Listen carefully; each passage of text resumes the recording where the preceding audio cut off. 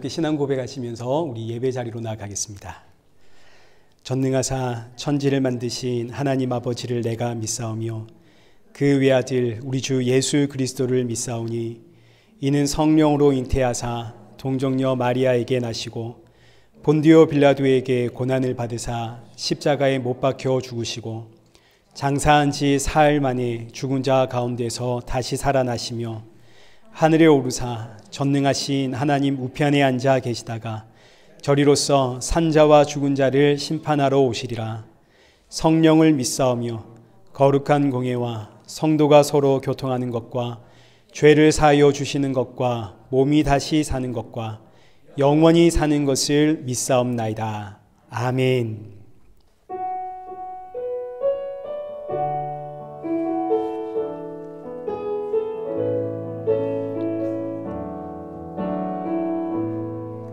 하늘의 문을 여소서 이곳을 주목하소서 주를 향한 노래가 꺼지지 않으니 하늘을 열고 보소서 이곳에 임재하소서 주님을 기다립니다. 기도의 향기가 하늘에 닿으니 주여 임재하여 주소서 이곳에 오셔서 이곳에 앉으소서 이곳에서 드리는 예배를 받으소서 주님의 이름만이 오직 주의 이름만 이곳에 있습니다. 이곳에 오셔서 이곳에 앉으소서 이곳에서 드리는 예배를 받으소서 주님의 이름만이 오직 주의 이름만 이곳에 있습니다. 우리 이 시간 예배 앞에 서 있는 내 모습을 다시 한번 점검하면서 나의 마음이 주께서 주시는 그 말씀을 아멘으로 받아들이는 복된 마음이 되어지기를, 또 우리 지치고 상한 우리 심령들의 마음속에 담비와 같은 말씀이 되기를 이 시간 나의 마음을 열어주옵소서. 우리 기도하시고 또 함께한 우리 사랑하는 성도들에게도 오늘의 예배가 새 힘과 위로와 안식의 예배가 되어지도록 은혜 부어 주옵소서. 우리 함께 서로를 위하여 우리 기도의 자리로 나아가도록 하겠습니다. 기도하겠습니다.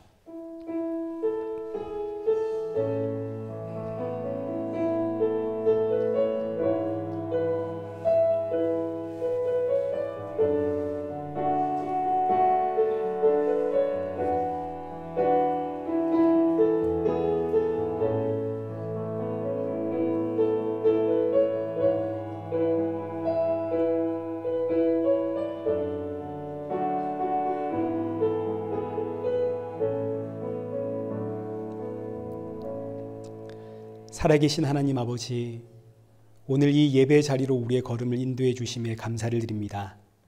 지치고 상한 심령들 이 자리에 모였사오니 오늘의 예배가 사랑하는 성도들에게 참 위로와 평안과 안식의 예배가 되어지도록 은혜 부어 주옵소서. 주께서 주시는 생명의 말씀으로 새롭게 시작하는 이 한 주를 살아가게 하시고 날이 가면 갈수록 예수 그리스도의 십자가의 은혜와 사랑만이 더욱더 충만케 되어지는 우리 성도들 되게 하여 주옵소서. 예수님의 이름으로 기도드리옵나이다. 아멘.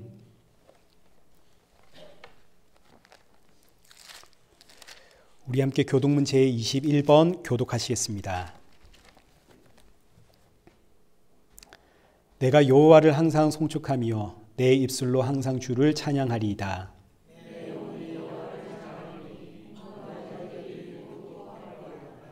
나와 함께 여호와를 광대하시다 하며 함께 그의 이름을 높이세.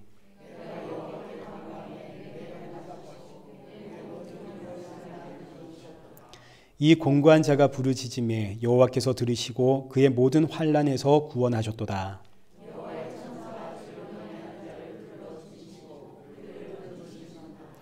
너희는 여호와의 선하심을 맛보아 알지어다. 그에게 피하는 자는 복이 있도다.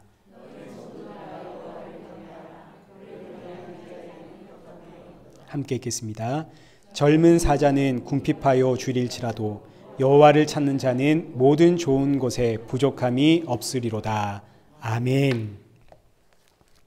우리 찬송가 19장입니다.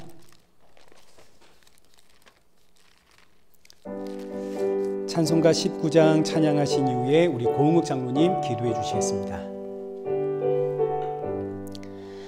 찬송하는 소리 있어 사람 기뻐하도다. 하늘 아버지의 이름 거룩하도다. 세상 사람 찬양하자. 거룩하신 하나님께 할렐루야 할렐루야 할렐루야 아멘. 하나님의 나라 권세 영원토록 있도다. 하나님의 영광 나라 거룩하도다. 하늘 보좌 계신 주님 세상 주관하시도다. 할렐루야 할렐루야 할렐루야 아멘. 하나님의 크신 섭리 그 뜻대로 되도다. 우리 아버지의 뜻은 거룩하도다. 주여 속히 임하셔서 기쁜 날을 주옵소서. 할렐루야 할렐루야 할렐루야 아멘. 성경 봉독하시겠습니다. 우리 오늘 보실 하나님의 말씀은 고린도전서 7장 17절에서 40절까지인데 굉장히 길죠. 그래서 우리가 25절부터 28절까지만 우리 함께 교독하도록 하겠습니다. 고린도전서 7장 25절에서 28절 교독하겠습니다. 처녀에 대하여는 내가 주께 받은 계명이 없으되 주의 자비하심을 받아서 충성스러운 자가 된 내가 의견을 말하노니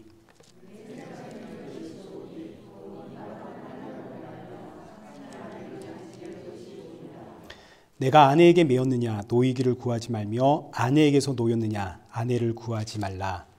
그러나 장가 가도 죄 짓는 것이 아니요 처녀가 시집 가도 죄 짓는 것이 아니로되 이런 이들은 육신의 고난이 있으리니 나는 너희를 아끼노라. 아멘. 네, 우리 교회 소식입니다. 우리 다음 주 대표 기도는 박죄한 집사님 준비해 주시면 되겠습니다. 예배 후에 우리 청년부 성경 공부가 있으니까요. 우리 청년부 모여서 함께 성경 공부하고 가시면 좋겠습니다. 그리고 우리 새로 오신 청년들도 우리 함께 이제 청년부 교제하고 이제 서로 인사 나누고 그렇게 가면 참 좋겠습니다. 우리 헌금 봉헌하도록 하겠습니다.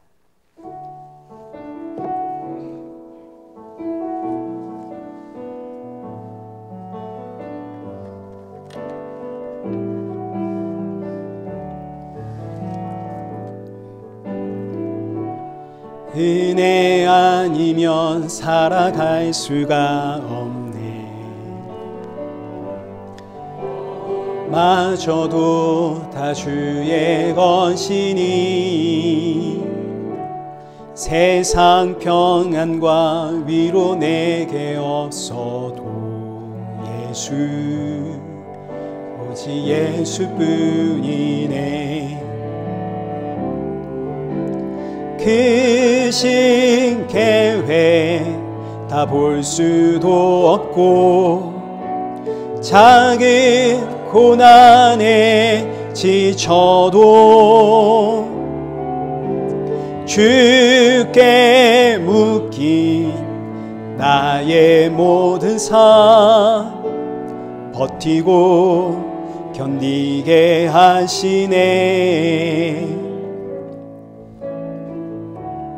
은혜 아니면 살아갈 수가 없네. 나의 모든 것 다 주께 맡기니 참된 평안과 위로 내게 주신 주 예수 오직 예수뿐이네. 기도하겠습니다. 참 좋으신 하나님 아버지, 우리 사랑하는 성도들 이 귀한 예배 자리에 빈손으로 나오지 않고 또 귀한 정성을 주님 앞에 올려드리게 하심 감사합니다. 이 예물을 준비할 때마다 날 위해 십자가에 죽으신 예수 그리스도를 기억하며 생각하는 우리 성도들 되게 하시고 주님께 드림이 나의 신앙이요 나의 고백이요 나의 모든 것 주님의 것이라는 복된 신앙 고백으로 살아가는 우리 성도들 되게 하여 주옵소서. 예수님의 이름으로 기도드리옵나이다. 아멘. 우리 오늘 본문은 고린도전서 7장 17절에서 40절입니다. 부르심 그대로 지내라 라는 제목으로 오늘 본문의 말씀을 우리 함께 살펴보겠습니다. 우리 그동안 2주에 걸쳐서 부부와 결혼 그리고 이혼에 대한 주제로 우리가 말씀을 살펴보았습니다. 부부는 둘이 한 몸을 이루는 예수님과 교회의 비밀입니다. 여러분 이제 다 기억나시고 이해가 되시죠?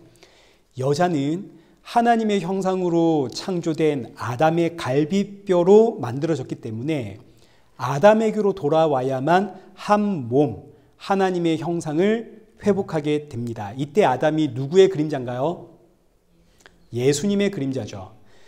여자는 예수님에게로 돌아가야만 하나님의 형상이 된다. 이걸 부부 관계에다가 담아가지고 부부는 곧 그리스도와 교회의 비밀이다.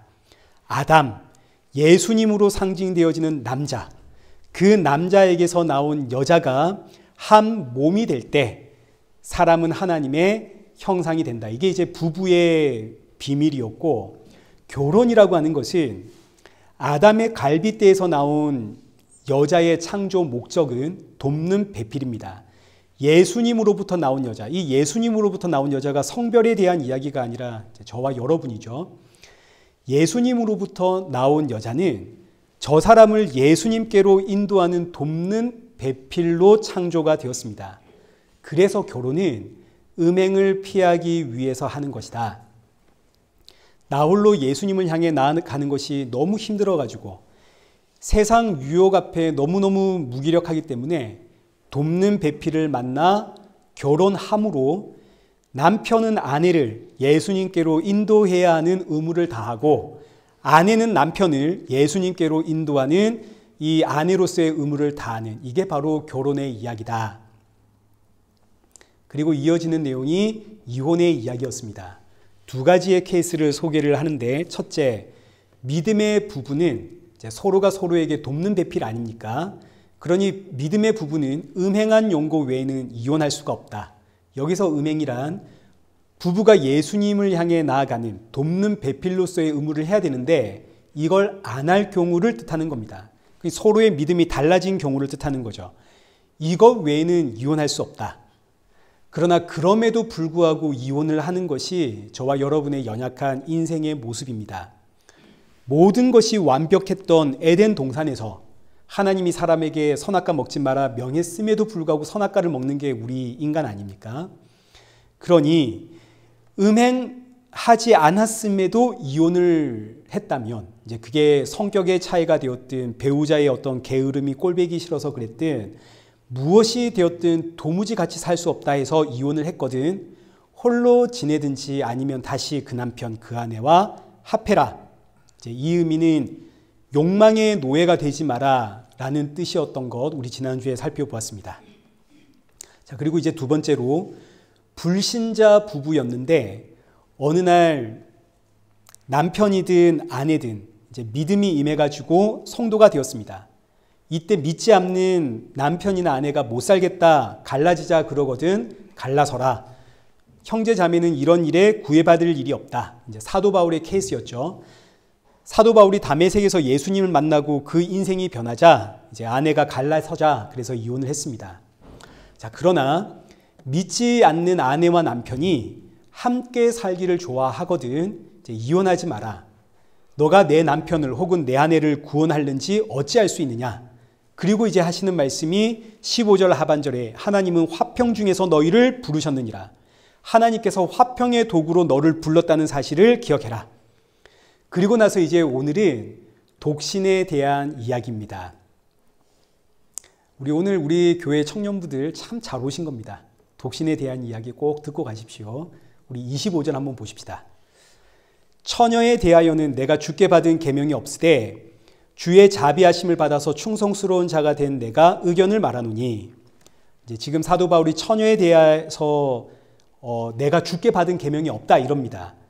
이 의미는 율법에는 독신에 대한 계명이 없다 이런 뜻이죠.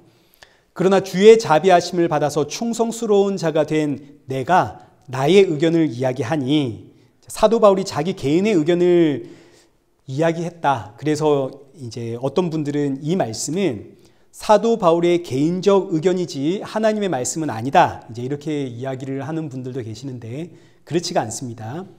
모든 성경은 하나님의 감동으로 기록이 되었습니다. 비록 율법에 처녀에 대한 계명은 없지만 그러나 사도 바울은 지금 성령의 감동이 되어 이 성경을 남긴 겁니다. 그러니 지금 사도 바울의 개인의 의견이 아니라 하나님의 말씀입니다. 목사가 이 강단에서 설교할 때 여러분 이게 목사 개인의 생각으로 받습니까? 아니면 하나님의 말씀으로 받습니까? 하나님의 말씀으로 받죠. 이걸 여러분이 목사 개인의 생각이다 이렇게 여기면 여기 와 앉아서 이 이야기를 들을 이유가 없는 겁니다. 이건 시간 낭비 아닙니까? 여러분이 이레교회에 나와서 예배드리는 이유는 기본적으로 이 강단에 서 있는 목사의 설교를 하나님의 말씀으로 받기 때문인 것처럼 우리는 성경에 기록되어 있는 모든 말씀을 하나님의 감동으로 기록된 하나님의 말씀으로 받습니다. 자, 그래서 여기 25절에 주의 자비하심을 받아서 여기서 자비하심을 받다라는 이 단어가 인간의 비참한 현실에 하나님께서 베푸신 하나님의 긍휼 이런 뜻입니다. 인간의 비참한 현실에 하나님께서 베푸신 하나님의 은혜. 그럼 인간의 비참한 현실은 뭡니까? 우리 인간이 언제 비참해졌나요? 선악과 사건 이후로 우리가 비참해졌죠. 선악과 사건 이후로 생명의 근원이 되시는 하나님으로부터 끊어져 그 순간부터 사람은 이제 짐승이 된 거 아닙니까? 짐승. 주의 영이 사람을 떠났기 때문에 우리는 이제 사람이 아니라 짐승입니다. 사람이 짐승이 되어버린 이 비참한 현실에 하나님께서 베푸신 긍휼과 자비와 은혜, 이거 뭡니까? 주의 영이 다시 임함이죠. 그러니까 25절에 주의 자비하심을 받았다라는 표현은 주의 영이 임했다는 뜻입니다. 성령이 임했다. 그래서 이어지는 말씀이 충성스러운 자. 충성스러운 자라는 단어가 믿음의 사람 이런 뜻입니다. 그래서 여기 25절은 주의 영이 임하여 믿음의 사람이 된 사도 바울이 성령의 감동으로 하나님의 말씀을 기록했다. 이렇게 보시면 되겠습니다. 자, 그래서 이제 26절 한번 보시죠. 내 생각에는 이것이 좋으니 곧 임박한 환난으로 말미암아 사람이 그냥 지내는 것이 좋으니라. 사람은 독신으로 사는 게 제일 좋다 이거죠. 그 이유는 뭐 때문이라고요? 임박한 환난으로 말미암아. 여기서 임박한 환난이란 이제 종말을 이야기하는 겁니다. 지금이 종말의 때입니다. 물론 그 마지막 날이 언제인지 알 수 없지만 이제 그날이 오늘이 될 수도 있고 내일이 될 수 있는 거죠. 그러니 종말론적인 관점으로 보자면 결혼하는 것보단 결혼 안 하는 것이 좋다. 그럼 사도 바울 나는 결혼했는데 어떻게 합니까? 그래서 이제 이어지는 27절에 네가 아내에게 매었느냐? 결혼을 했느냐? 노이기를 구하지 마라. 이제 이혼하지 말라는 이야기입니다. 반대로 아내에게서 놓였느냐? 이혼을 했느냐? 아내를 구하지 마라. 재혼하지 말라는 이야기죠. 그러니 지금 여기 27절은 무슨 이야기냐면 하나님의 부르심을 받았을 때의 그 상황을 바꾸려고 하지 말고 부르심을 받은 그 상황에서 종말을 준비해라, 이런 뜻입니다. 하나님의 부르심을 받고 보니까 내가 결혼한 사람입니다. 그러면 결혼한 그대로 지내고, 하나님의 부르심을 받고 보니까 나는 이혼한 사람입니다. 그럼 이혼한 그 상태 그대로 지내라. 왜냐하면 지금이 종말의 때다. 지금 부르심을 받은 그 자리에서 종말을 준비해라.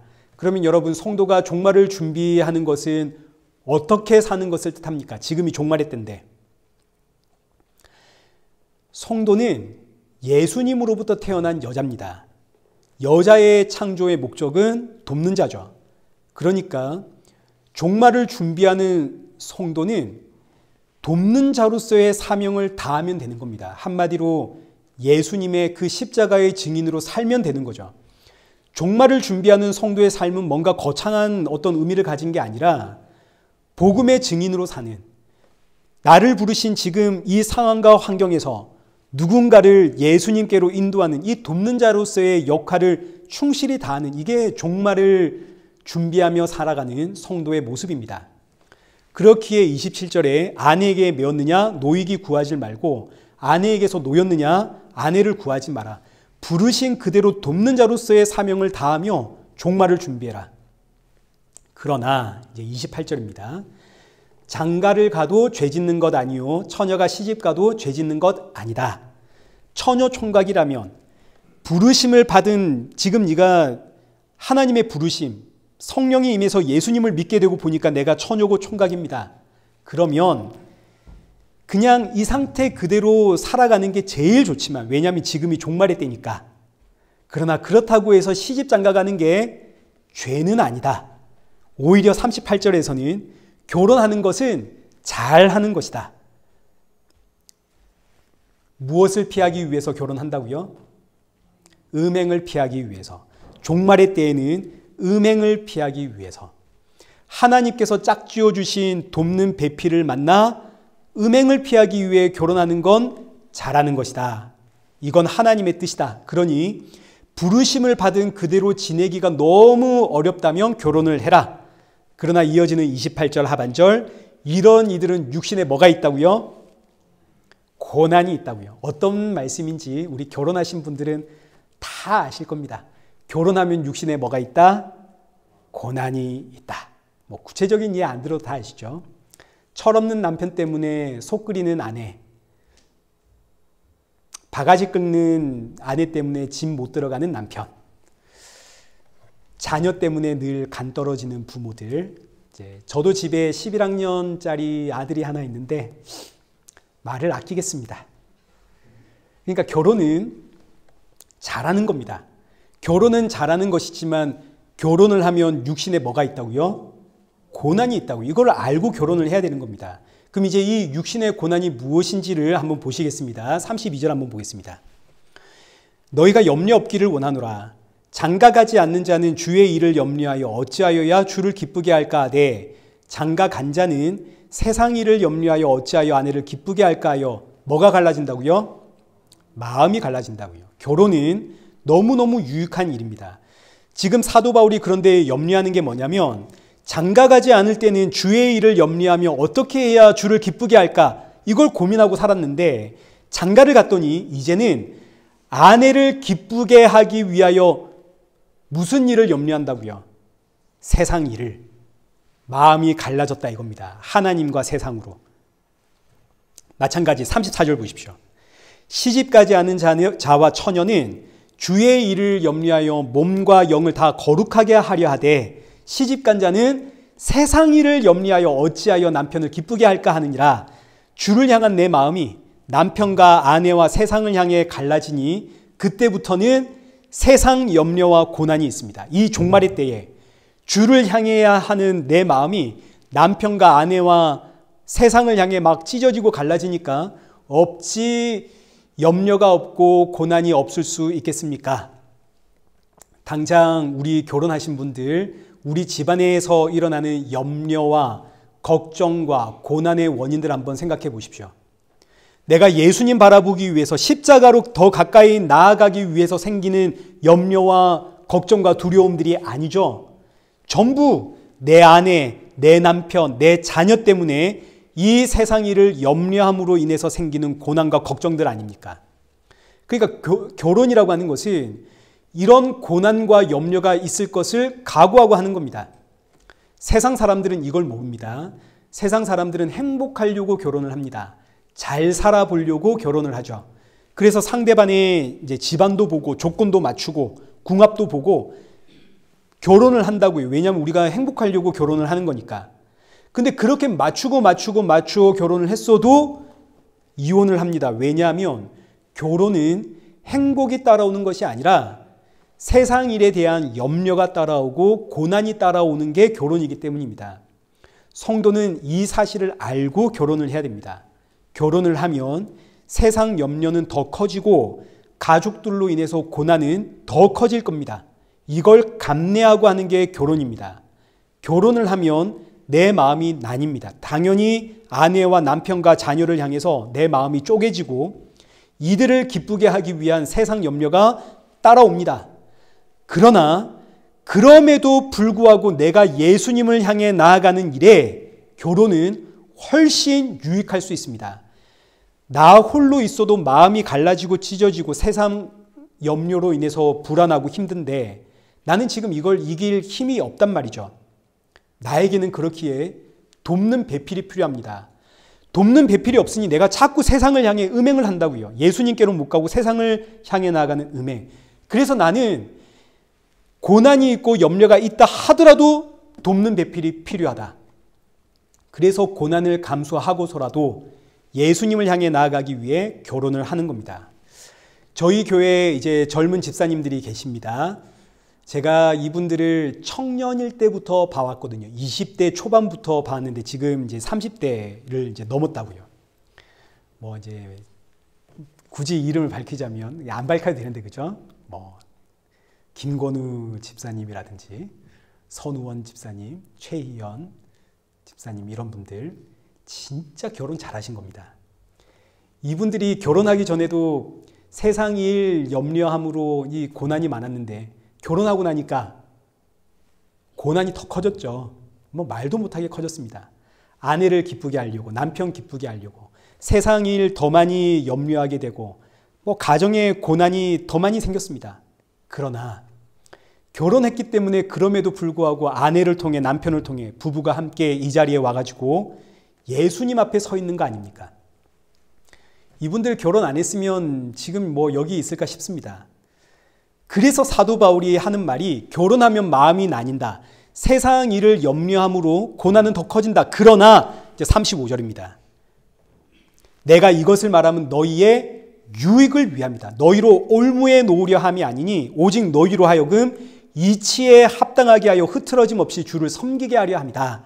사도 바울이 결혼의 단점들을 지금 이야기하는 것은 결혼이 나쁘다 하는 것을 이야기하려는 것이 아니라 결혼이 얼마나 이치에 합당한가, 결혼을 통해서 부부가 흐트러짐 없이 바르게 주를 섬기게 하려고 내가 이 말을 하는 것이다. 결혼을 하면 마음이 나뉘고 세상 일을 염려하게 되고 고난이 생기지만 그러나 그럼에도 불구하고 결혼은 부부를 예수님께로 인도하는 너무너무 유익한 것이다. 그러니 결혼은 너무너무 잘하는 일이다.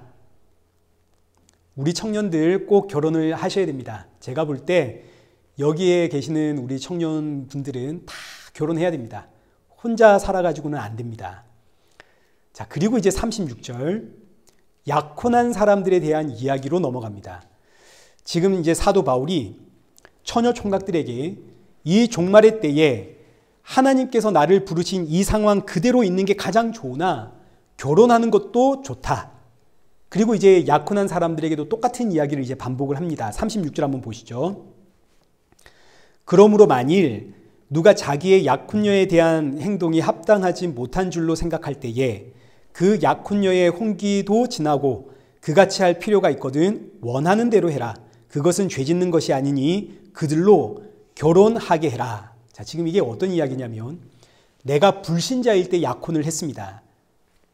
그런데 결혼하기 직전에 내가 예수님을 만났고 내가 성도가 되었습니다. 그럼 이제 나는 예수님을 믿지만 이 사람 안 믿으니까, 믿음이 다르니까 그럼 약혼을 파기해야 되는 것이 아닌가?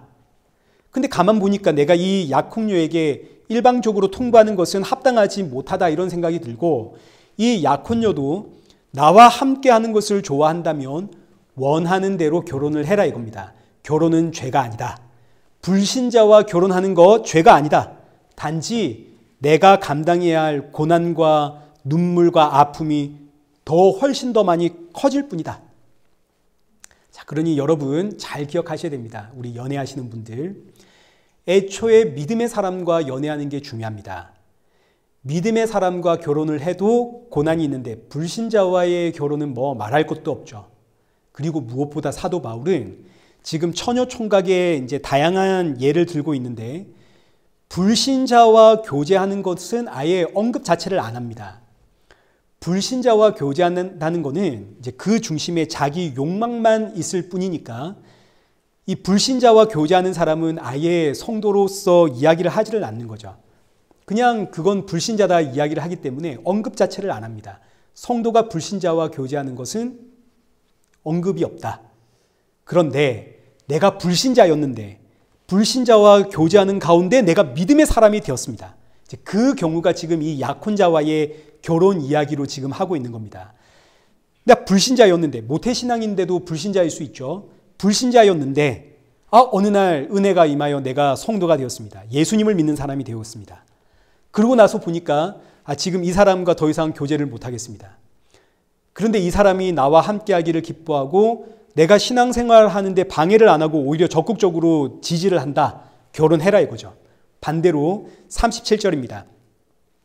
그러나 그가 마음을 정하고 또 부득이한 일도 없고 자기 뜻대로 할 권리가 있어서 그 약혼녀를 그대로 두기로 하여도 잘하는 것이다.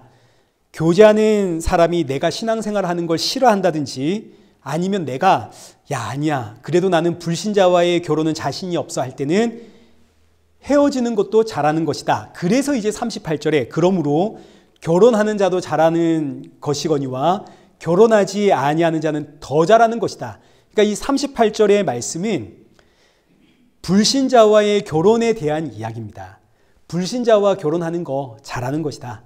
그러나 안 하는 것은 더 잘하는 것이다. 어떤 의미에서 이 말씀이 나온 것인지 알겠죠? 그리고 이제 이것보다 훨씬 더 잘하는 것은 믿음의 사람과 결혼하는 것이다. 자, 그리고 이제 39절입니다.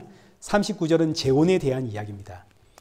아내는 그 남편이 살아있는 동안에 매여 있다가 남편이 죽으면 자유로워 자기 뜻대로 시집 갈 것이나 주 안에서만 할 것이니라. 아내가 남편과 사별을 했습니다. 이럴 경우 다시 결혼할 수 있지만 주 안에서만 해라. 믿음의 사람과만 결혼을 해라는 이야기입니다. 욕망에 사로잡혀 세상을 향해 나아가지 말고 믿음 안에서 결혼을 해라. 그러나 40절 내 뜻에는 그냥 지내는 것이 더욱 복이 있으리로다. 자, 지금 이 말씀도 사별했을 경우에는 주 안에서 다시 결혼할 수 있지만 그러나 할 수 있다면 이제는 그냥 지내는 게 더욱 복되다. 왜냐하면 지금은 종말의 때다. 자, 그러니 이제 지금까지 이야기를 종합해 보면 사도 바울은 결혼하는 것보다는 결혼 안 하는 게 더 좋다. 이런 이야기를 지금 하고 있습니다. 누가 봐도 이제 이 문자적으로만 보면 결혼하는 것보다는 결혼 안 하는 것이 좋다. 이런 이야기를 풍기고 있는데, 그러나 이건 사실상 문자적인 이야기이고 사도 바울이 지금 이 고린도 교회에 진짜 하고 싶은 이야기, 초점은 뭐냐면 결혼을 해야 하냐 결혼을 말아야 하냐, 여기에 우리의 관심과 초점이 모여져서는 안 된다는 이야기를 지금 하고 싶은 겁니다. 우리의 초점이 이 땅에 가지 않도록 너희의 초점이 지금 어디를 향해 가야 되는지 지금 이걸 지적하는 거죠. 골로새서 3장 1절 한번 보십시오. 그러므로 너희가 그리스도와 함께 다시 살리심을 받았으면, 우리가 성도가 되었다면 이제는 어디의 것을 찾아야 된다고요? 위의 것을. 2절에 위의 것 생각하고 땅의 것은 생각하지를 마라. 이 말씀이 오늘 본문에서 사도 바울이 말하고자 하는 핵심입니다. 너희가 그리스도와 함께 다시 살리심 받았냐? 새로운 피조물 되었냐? 아니 그렇다면 위의 걸 찾아야지 왜 자꾸 땅의 걸 생각하느냐? 결혼은 위의 것인가요? 땅의 것인가요? 땅의 것이죠. 그러니 이건 아무래도 좋다 이겁니다. 결혼을 해도 좋고 안 해도 좋고 혼자 살아도 좋고 그냥 하나님이 지금 너를 부르신 그대로 지내라. 왜냐하면 우리는 더 이상 이 땅에 속한 인생이 아니다. 우리는 위에 속한 인생이다. 땅의 것을 구하며 땅의 것을 찾으며 땅의 것에 목을 매는 인생이 아니라 이제는 위를 바라보는 인생이다. 그래서 다시 이 본문 29절 보십시오. 결혼 이야기를 하면서 사도 바울이 그 사이사이에 어떤 이야기를 하냐면 29절에 형제들아 내가 이 말을 하노니 그 때가 단축하여 진고로. 여기서 그때란 종말의 마지막 때 하나님의 나라가 임하는 그날을 뜻합니다. 이제 곧 하나님의 나라가 임한다. 그러니 지금부터는 안에 있는 자들은 이제 30절 안에 있는 자들은 없는 자 같이 하며 우는 자들은 울지 않는 자 같이 하며 기쁜 자들은 기쁘지 않은 자 같이 하며 매매하는 자들은 없는 자 같이 하며 세상 물건을 쓰는 자들은 다 쓰지 못하는 자 같이 하라. 이 세상의 외형은 지나감이라. 우리는 이제 위에 속한 자입니다. 위를 바라보는 인생입니다. 땅의 것은 집착하지 말라는 이야기죠. 왜냐하면 이 땅의 모든 것은 전부 지나갑니다. 여기서 지나간다는 의미가 사라진다는 뜻입니다. 이 땅의 모든 것들, 심지어 내 아내, 내 남편, 내 자녀라 할지라도 하나님의 나라가 임하는 날 전부 사라집니다. 이 땅의 기쁨도 슬픔도 사라지고 우리가 사고 파는 매매하는 것 사라지고 세상의 보암직한 물건들, 내가 가지고 싶어하는 것들 전부 사라지고 내가 이 땅에 차곡차곡 축적한 재산 전부 사라집니다. 그러니 이 땅에 집착하지 말고 주의 나라를 바라보라.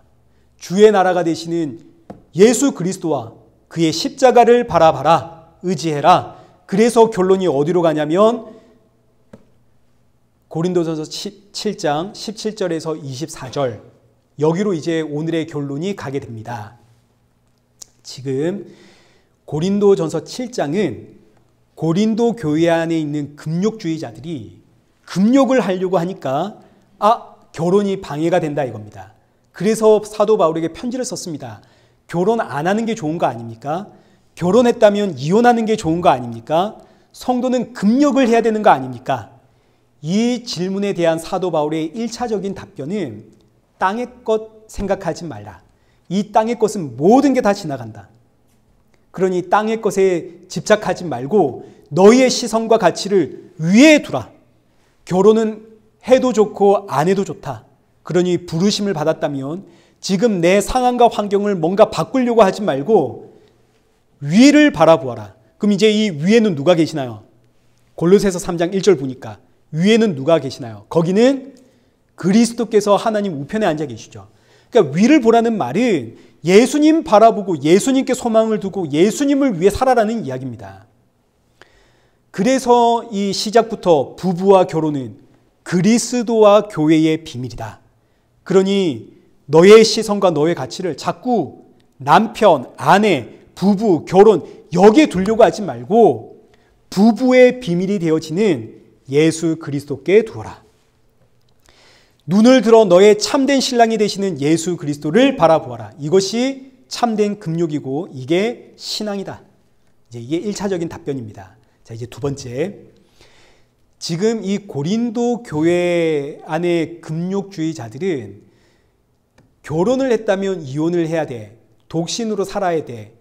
이러고 주장하는 이유가 우리가 지금 하나님께로 더 가까이 나아가고 싶고 내 신앙이 보다 더 고급한 단계로 올라가고 싶은데 내 아내가 방해하고 내 남편이 방해하고 내 자녀들이 지금 내 신앙생활에 방해를 하고 있다 이겁니다. 내가 뭔가 좀 더 고급한 영적인 자리로 나아가고 싶은데 지금 이 환경 때문에 내가 제대로 신앙생활 못한다 이거죠. 그러니 내가 신앙생활을 제대로 하기 위해선 이혼을 해야 된다. 결혼 자체를 안 해야 된다. 독신으로 살아야 된다. 여기에 대한 사도 바울의 답변입니다. 17절입니다. 17절 하반절. 내가 모든 교회에 이와 같이 명하노라. 할례자로서 부르심을 받은 자가 있느냐? 무할례자가 되지 말고 무할례자로 부르심을 받은 자가 있느냐? 할례 받지 마라. 19절. 할례 받은 것도 아무것도 아니요 할례 받지 아니한 것도 아무것도 아니로되 오직 하나님의 계명 지킬 따름이라. 지금 금욕주의자들이 결혼에 대한 이야기를 하고 있는데 갑자기 뜬금없이 사도 바울이 할례나 무할례나 이거 아무것도 아니다 이런 이야기를 이 사이에 하고 있습니다. 이어지는 말씀도 한번 보십시오. 21절. 내가 종으로 있을 때에 부르심을 받았느냐 염려하지 마라. 그러나 내가 자유롭게 될 수 있거든 그것을 이용해라. 주 안에서 부르심을 받은 자는 종이라도 주께 속한 자유인이요 또 그와 같이 자유인으로 있을 때에 부르심을 받은 자는 그리스도의 종이니라. 이제는 갑자기 종과 자유인의 이야기가 나옵니다. 종으로 부르심을 받았느냐? 네가 자유롭게 될 수 있거든 그것을 이용해라. 지금 이 말씀이 이제 우리에게는 마치 자유인이 될 수 있다면 자유인이 되어라 이렇게 들리는 뉘앙스로 번역이 되었지만 사실 이 의미는 자유할 수 있어도 종으로 그냥 그 상태 그대로 지내라 이런 뜻입니다. 종으로 부르심을 받았다면 굳이 자유인이 되려고 하지 말고 그냥 종으로 지내라. 자유인으로 부르심을 받았다면 이제 너는 그리스도의 종인 줄 알고 그냥 살아라. 왜 이런 말씀이 나왔을까? 고린도전서 7장 전체의 구절을 한번 보시면 처음 1절부터 16절까지는 결혼과 이혼에 대한 이야기고 25절과 40절까지는 독신과 재혼에 대한 이야기입니다. 그런데 이 중간에 갑자기 뜬금없이 할례, 무할례, 종이나 자유인 아무것도 아니다 이런 이야기가 들어있는 지금 이런 구절을 샌드위치 구조라고 하는데 시작과 끝은 같은 주제인데 중간에는 완전히 다른 이야기를 섞어가지고 이런 이제 문장의 구조는 저자가 진짜 하고 싶어하는 이야기는 중간에 담겨있는 바로 이 이야기다 하는 걸 강조하는 이제 표현입니다. 사도 바울이 지금 이 결혼 문제에 있어서 정말 하고 싶은 이야기가 이 17절에서 24절의 이야기다 이런 뜻입니다. 지금 금욕주의자들은 결혼의 이야기를 가지고 신앙의 좀 더 고급한 영적인 자리로 나가고 싶은데 내 가족이 방해를 한다 이겁니다. 내 남편, 내 아내, 내 자녀가 지금 내 신앙생활에 방해가 되니까 나는 내 신앙의 영적인 성숙과 좀 더 고급한 자리로 가기 위해서 이제 나는 결단을 해야겠다. 금욕해야겠다. 이혼해야겠다. 결혼을 안 해야겠다. 여기에 대해서 사도 바울이 정말 하고 싶은 이야기는 지금 네가 처한 너의 상황과 환경과 가족은 너의 신앙, 너의 영적 성숙에 있어서 도움이 되었으면 되었지 절대 방해가 되는 것은 아니다. 지금 너의 환경 변화시키는 것은 좀 더 고급한 신앙으로 가는 것과 아무런 상관이 없다. 지금 사도 바울이 이거 이야기하는 겁니다. 너의 금욕적인 삶은 너의 신앙의 성숙과 아무런 상관이 없다. 아주 그냥 사도 바울이 적나라하게 지적하는 표현입니다. 오히려 하나님은 지금 너를 좀 더 고급한 신앙인 만들려고 이 환경을 적극적으로 너에게 주신 것이다. 그래서 하시는 말씀이 뭐냐면 할례자로 부르심을 받았느냐 무할례자가 되려고 하지 말고 무할례자로 부르심을 받았느냐 할례자가 되려고 하지 마라. 뭔가 상황과 환경을 바꾸어 가지고 네가 좀 더 고급한 영적인 자리로 가려고 하는 시도 자체를 하지 마라. 종으로 부르심을 받았느냐 자유자가 되려고 하지 말고 자유자로 부르심을 받았느냐 너는 그냥 그리스도의 종인 줄 알고 살아라. 상황과 환경을 바꾸어서 너의 신앙이 고급한 단계로 가는 것이 아니라 지금 이 상황과 환경이 너를 고급한 신앙의 단계로 이끌어 가기 위해 하나님이 너에게 주신 것이다. 그래서 결론이 여기 20절 각 사람은 부르심을 받은 부르심 그대로 지내라입니다. 부르심 받은 그대로 지내라. 하나님은 필요하시다면 나에게 이것도 주시고 저것도 주시는 하나님입니다. 그런데 안 주시는 이유는 지금이 나를 훈련하시고 나를 성장시키는 데 있어서 최고의 환경이기 때문입니다. 다윗이 우리아의 아내와 그 밧세바와 간음을 하고 우리아를 죽입니다. 이때 하나님께서 다윗을 찾아와 하시는 말씀이 여기 사무엘하 12장 8절입니다. 다윗에게 하나님이 뭐라고 말씀하시냐면 만일 그것이 부족하였을 것 같으면 내가 너에게 이것저것 더 주었으리라. 그런데 어찌하여 네가 하나님의 말씀을 업신여기고 나보기에 악을 행하였느냐. 다윗이 지금 자기가 왕이 되었거든요. 온 세상을 지금 통치하고 있는데도 자기 상황과 환경에 만족을 못하고 우리아의 아내를 빼앗아 옵니다. 이 의미는 지금 이 상황과 환경에 만족을 못하고 상황과 환경을 바꾸어서 나의 어떤 뭔가를 해보려고 하는 것은 그건 전부 하나님의 뜻과는 전혀 상관없는 우리의 욕망이라는 뜻입니다. 그래서 하나님이 하시는 말씀이 너에게 부족한 것이 있다면 내가 너에게 이것도 주고 저것도 주었을 것이다. 근데 어찌하여 너는 업신여기고 악을 행하였느냐. 우리가 나에게 주어진 상황과 환경에 불만을 가지는 것은 하나님을 업신여기는 악이다, 이런 이야기죠. 왜냐하면 지금 하나님은 나를 위해 최적의 환경, 딱 맞는 맞춤형 환경을 주셨거든요. 그러나 그럼에도 불구하고 여전히 많은 성도들이 상황과 환경 바꿔달라 그럽니다. 우리가 기도하는 제목들 가만히 보시면 결국은 이 상황과 환경을 바꿔달라는 기도입니다. 왜냐하면 내가 지금 이 상황과 환경 때문에 하나님께 집중하지 못한다, 이거거든요. 내가 좀 더 고급한 신앙인이 되어서 하나님께 더 가까이 나가고 싶은데 이 상황과 환경 때문에, 이 남편, 이 아내, 이 자녀 때문에, 세상 염려와 걱정과 근심 때문에 내가 도무지 하나님께로 가까이 나가지를 못한다. 그렇지 않습니다. 이건 하나님을 업신여기는 겁니다. 광야의 이스라엘 백성들 한번 생각해 보십시오. 이스라엘 백성들이 먹을 게 없고 마실 게 없다고 하나님을 원망할 때 이때 그 원망의 의미는 우리가 하나님 섬기고 싶고 하나님께 가까이 나아가고 싶어도 지금 먹을 게 없고 마실 게 없어서 당장 굶어 죽게 생겼는데 우리가 어떻게 하나님께 예배할 수 있고 어떻게 하나님께 나아갈 수 있습니까? 이런 의미입니다. 그래서 하나님이 40년 내내 만나를 주시고 반석에서 물을 주셨죠. 그래서 이스라엘 백성들이 그 40년 동안 내내 하나님 찬양하고 하나님께 더 가까이 나아갑니까? 그렇지 않죠. 오히려 40년 내내 원망하고 불평을 하다가 광야에서 죽습니다. 무슨 이야기인가요? 환경 때문에 내 신앙에 방해를 받는다는 것은 없다는 이야기입니다. 그건 그냥 애초에 내 문제입니다. 환경 때문에 하나님께로 못 나가는 그런 신앙이란 없습니다. 오히려 우리는 이 환경을 통해서 훈련을 받습니다. 내 남편, 내 아내 때문에 내 신앙이 더욱더 단단해져 가는 것이고 내 자녀 때문에 내가 더욱 하나님 앞에 기도하게 되는 것이지 내 남편, 내 아내, 내 자녀, 내 가족, 내 부모, 내 주변에 있는 이웃들 때문에 내 신앙이 방해받는 것이 아닙니다. 하나님은 나를 훈련시키기 위해 최고의 남편과 최고의 아내와 최고의 자녀와 최고의 환경 주셨습니다. 아멘입니까? 여기서 아멘 하셔야 됩니다. 이 남편과 이 아내와 이 자녀가 있으므로 내가 뭐 하나요? 더 기도하는 거 아닙니까? 십자가 앞에 나아가 예수님께 더 가까이 나아가게 되고 또 기도하다 보니 어느새 이 남편 앞에서 내가 이 남편 때문에 예수님 더 닮아가려고 노력하고 훈련하게 되는 것이고 그러니까 여러분 금욕적인 삶은 내가 하나님께로 나아가는 일과는 전혀 상관이 없습니다. 왜냐하면 하나님은 이미 우리와 한 몸을 이루고 있습니다. 한 몸. 하나님이 지금 나와 한 몸인데 더 가까이 나아갈 그게 뭐가 있나요? 금욕한다고 어떻게 더 가까이 나아갈 수 있겠습니까? 우리 자녀들 한번 생각해 보십시오. 부모와 자녀는 더 이상 가까워질 수가 없는 사이 아닙니까? 그런데 어느 날 갑자기 이 자녀가 나는 오늘부터 엄마와 더 가까이 나아가기 위해서 나는 3일 동안 금식할 거예요. 그러면 이제 엄마 마음이 어떻겠습니까?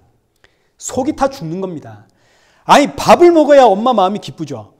엄마의 기쁨이 잘 차려준 밥을 자녀가 맛있게 먹는 것에 있는데 나는 엄마랑 더 가까워지기 위해서 오늘부터 3일 동안 밥 안 먹고 금식할 거야. 이러면 엄마 속은 터지죠. 이게 말이 안 되는 겁니다. 하나님 앞에서 성도의 금욕적인 삶이 이거하고 똑같은 겁니다.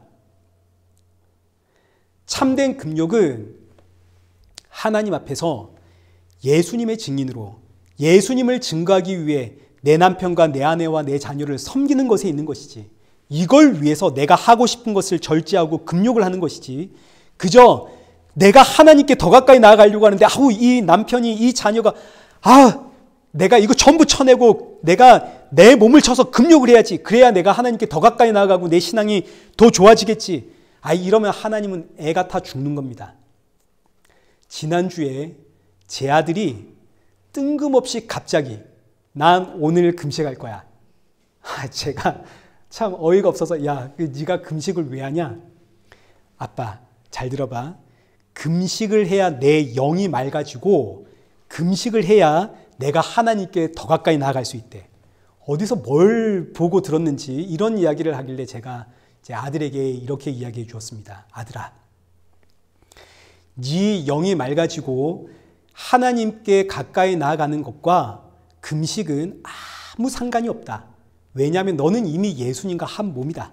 더 이상 가까워질 수가 없는 사이다. 금식이라고 하는 것은 내 욕망과 내 탐심을 억누르고 예수님을 증거하기 위해 내가 먼저 섬기고 내가 먼저 희생하고 내가 먼저 양보하고 그래야 되는데 이게 도무지 내 힘으로 안 되니까 하나님 저 좀 도와주십시오. 십자가의 증인으로 저를 좀 사용해 주십시오. 근데 욕망이 내 안에 너무너무 가득해가지고 도무지 내가 먼저 섬기고 희생하고 양보하고 오래 참고 용서하는 걸 못하겠습니다. 하나님 저 좀 도와주십시오. 사생 결단하고 하는 게 금식이지 네 영이 깨끗해지는 게 아니다. 그리고 이것이 오늘 사도 바울이 고린도 교회 금욕주의자들에게 전하는 답입니다. 너희의 금욕은 너희의 신앙과 아무런 상관이 없다. 아무리 금욕을 해도 너희가 하나님 앞에 가까이 나가는 것이 아니다. 그러니 20절 각 사람은 부르심을 받은 그 부르심 그대로 지내라. 24절 형제들아 너희는 각각 부르심을 받은 그대로 하나님과 함께 거하라. 그리고 19절 오직 하나님의 계명을 지켜라.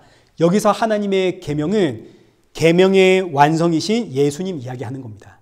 그러니까 각 사람은 부르심을 받은 그 자리에서 예수 그리스도를 바라보며 살아라 이겁니다. 왜냐하면 지금이 종말의 때거든요. 이 종말의 때에 저와 여러분의 유일한 소망은 예수님 뿐입니다. 이제 말씀 맺겠습니다. 오늘 저와 여러분의 환경은 나를 나보다 더 잘 아시는 하나님께서 나를 훈련하고 나를 성장시키기 위해 준비하신 최적의 상황과 환경입니다. 우리가 이 사실을 알고 인정할 때 감사가 나오죠. 모든 상황 가운데 감사. 세상 사람들 눈에는 도무지 감사할 수 없는 상황이고 환경인데 성도는 이것이 하나님께서 나에게 주신 상황과 환경이라는 것을 아니까 감사할 수 있는 겁니다. 항상 감사하라. 감사가 나온다고요.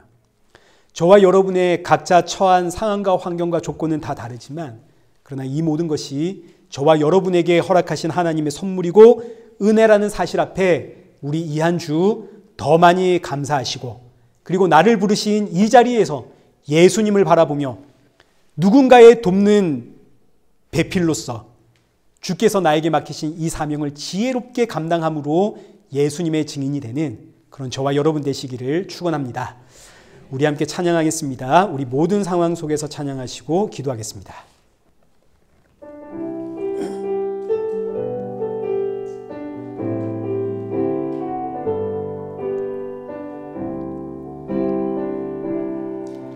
모든 상황 속에서 주를 찬양할지라.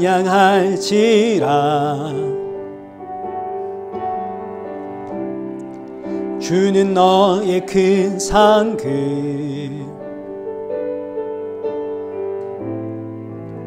큰 도움이시라. 주의 얼굴 구할 때 주의 얼굴 구할 때 주의 영을 부으사 크신 사랑 안에서 주를 보게 하소서.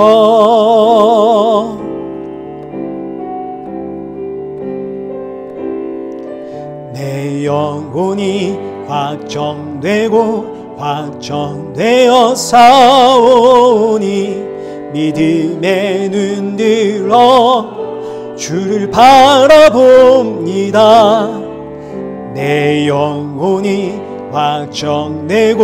확정되어 싸우니 믿음의 눈 들어 주를 내 영혼이 확정되고 내 영혼이 확정되어 싸우니 믿음의 눈 들어 바라봅니다. 내 영혼이 확정되고 확정되어 싸우니 믿음의 눈 들어 주를 바라봅니다. 우리 시간 우리 함께 기도하실 때 나에게 허락되어 있는 모든 상황들, 이것이 가정의 문제든 경제의 문제든 또 사회생활의 문제이든 이 모든 상황과 환경이 은혜요 감사임을 고백하는 성도가 되게 해주십시오. 우리 기도하시고 이 모든 상황 가운데 감사함으로 우리 주 예수 그리스도를 증거하는 복음의 증인 되게 하여 주옵소서. 그리고 무엇보다 나의 가정에, 내 남편, 내 아내, 내 자녀들의 그 마음속에 예수님의 십자가가 세워지는 은혜를 부어 주옵소서. 이 시간 마음을 모아 우리 함께 기도의 자리로 나아가겠습니다. 기도하겠습니다.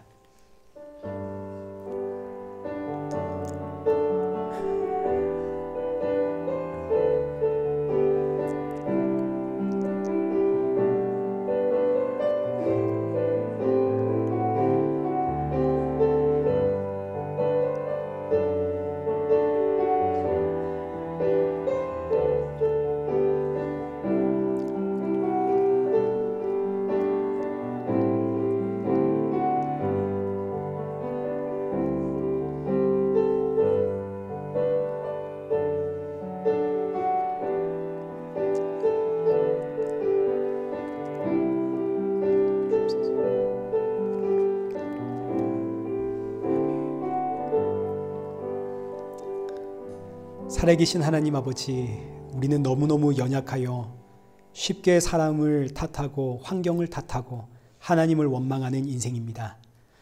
그러나 나의 모든 환경이 주께서 나를 연단하여 정금같이 만들어 가시는 환경이라는 사실을 알기에 이제는 이 모든 상황 가운데 눈을 들어 주를 보며 감사하며 생명의 빛이 되시는 예수님 증거하는 성도가 되게 하여 주옵소서. 무엇보다 사랑하는 성도들의 가정에 예수님의 십자가만이 세워지는 은혜 허락하여 주옵소서. 예수님의 이름으로 기도드리옵나이다. 아멘.